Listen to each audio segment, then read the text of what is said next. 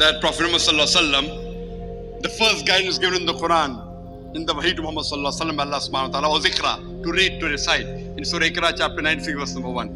So when he paid so much importance, it's a Sahih Hadith, that it's obligatory on every Muslim, man or woman, to acquire knowledge. So why was he not literate? The answer is given in Surah Ankabut, chapter number 29, verse number 48. Allah says that we have made Prophet Muhammad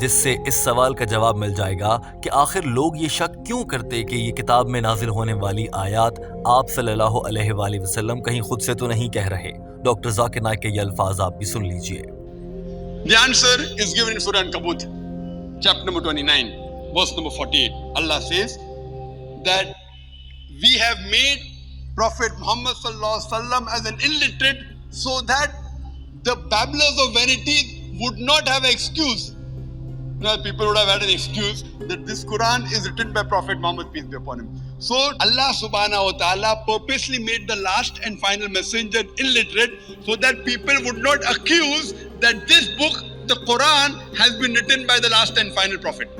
دوستو یہاں یہ بات جاننا بہت ضروری ہے کہ جس وقت قرآن پاک کا نزول ہو رہا تھا یہ وہ دور تھا جب لوگوں میں آپس میں عربی زبان میں اچھے جملے کہنے، اچھے شعر کہنے کے مقابلے ہوا کرتے تھے، یہاں تک کہ بعض اوقات مقابلوں میں عربی زبان کے لیے صرف اتنا کہا جاتا تھا کہ محبوب یا محبوبہ کی آنکھ کے بارے میں ہی کئی ہزار اشعار کہے جائیں، اور یہ مقابلہ اتنا طویل ہوتا تھا کہ کئی روز تک عربی لوگ آپس میں ایک دوسرے کے سامنے شعر و شاعری عربی زبان میں کر کے اپنا زبان پر عبور ظاہر کرتے تھے کہ انہیں عربی زبان پر کتنا عبور ہے۔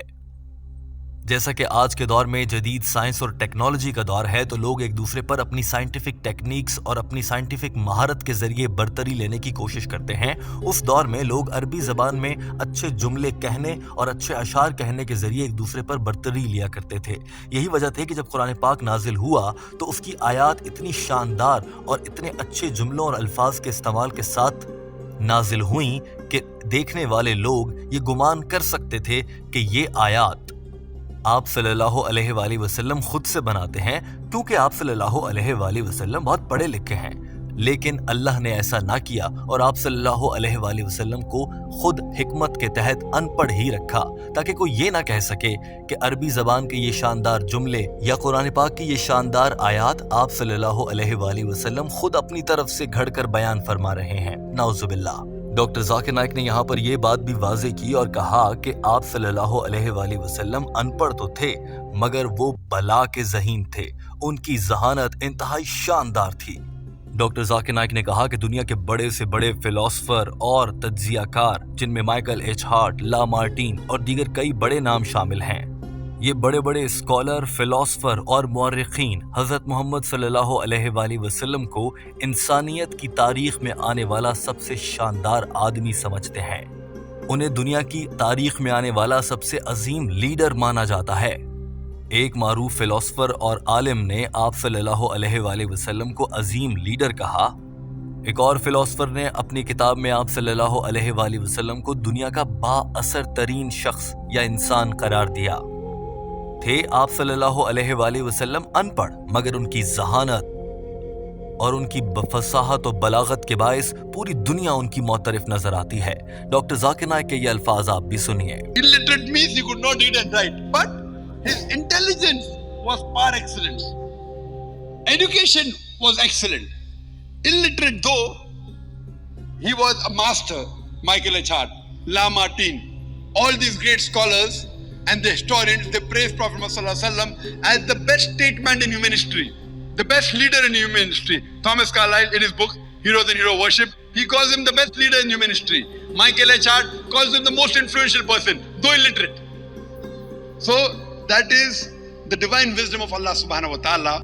ڈاکٹر ذاکر نائک نے کہا کہ یہ اللہ تعالیٰ کی حکمت اور دانائی تھی جس کے تحت اللہ نے آپ صلی اللہ علیہ وآلہ وسلم کو ان پڑھ رکھا تاکہ قرآن پاک کی حقانیت اور سچائی پر کوئی سوال نہ اٹھایا جا سکے۔ ڈاکٹر ذاکر نائک نے اس موقع پر اپنے سامنے موجود قرآن پاک کی جانب اشارہ کرتے ہوئے کہا، یہاں تک کہ دنیا کا کوئی کتنا بھی پڑھا لکھا اور تیز انسان آ جائے وہ ایسی معجزانہ کتاب تحریر نہیں کر سکتا، لیکن چونکہ اللہ جانتا تھا کہ دنیا میں آنے والے انسان ایسے اعتراضات بھی اٹھائیں گے، اسی لیے قرآن پاک کی سورہ عنکبوت چیپٹر نمبر 29 آیت نمبر 48 میں واضح الفاظ میں فرما دیا کہ ہم نے محمد صلی اللہ علیہ وآلہ وسلم کو جان بوجھ کر ان پڑھ رکھا تاکہ دین اسلام پر سوال اٹھانے والے لوگ قرآن پاک کی آیات کی سچائی پر کوئی اعتراض نہ کر سکیں۔ ڈاکٹر ذاکر نائک نے اس موقع پر یہ بھی کہا ویسے تو یہ کہنا کہ قرآن پاک آپ صلی اللہ علیہ وآلہ وسلم کی تحریر کردہ کتاب ہے نعوذ باللہ بہت ہی چھوٹی اور عجیب سی بات ہے، کیونکہ قرآن پاک کی ایک بھی آیت پڑھ کر عربی زبان کو سمجھنے والا انسان یہ کہہ سکتا ہے کہ ایسی آیات کوئی بھی انسان، دنیا کا کوئی بھی انسان لکھ ہی نہیں سکتا، کیونکہ ان میں عربی زبان کا جو لب و لہجہ اور الفاظ استعمال ہوئے ہیں، اتنا ذہین دنیا میں آج تک کوئی انسان پیدا نہیں ہو سکا جو ایسی ایک بھی آیت لکھ سکے۔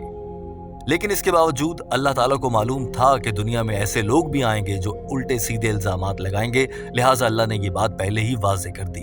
ڈاکٹر ذاکر نائک کے یہ شاندار الفاظ آپ بھی سنیے۔ That he made the last and final messenger and illiterate so that the people would not accuse that he is the person who wrote the Quran. Though it is a point not even big enough to hang a fly. It is so insignificant. Yet Almighty Allah subhanahu wa ta'ala did not want to give a chance for the babblers, for those critics to point the finger, even though it is such an insignificant point. That is the reason Allah in His divine wisdom made the last and final messenger an illiterate person. Hope that answers the question. اور یوں doctor Zakir Naik نے اپنا جواب مکمل کر لیا۔ دوستو اس video کے آخر میں ٹیم ہم قدم آپ سے ایک سوال پوچھنا چاہتی ہے۔ آج کی اس ویڈیو میں ہم نے قرآن پاک کی حقانیت اور سچائی سے متعلق بات کی ہے کہ یہی اللہ کا بھیجا گیا پیغام ہے۔ سوال یہ ہے کہ ہم میں سے کتنے مسلمان ہیں جو قرآن پاک کو ترجمے اور تفسیر کے ساتھ سمجھ کر پڑھتے ہیں؟ کیا آپ نے کبھی ایسی کوشش کی؟ اگر ہاں تو کامنٹ کر کے ضرور بتائیے تاکہ دوسرے لوگ آپ کے کامنٹ کی دیکھا دیکھی میں وہ بھی قرآن پاک کا ترجمہ اور تفسیر پڑھنے اور اسے سمجھنے کی سعادت حاصل کر سکیں اور اپنی زندگیوں میں سدھار لا سکیں۔ ہمارے چینل ہم قدم کو سبسکرائب کر لیجئے۔ اللہ حافظ۔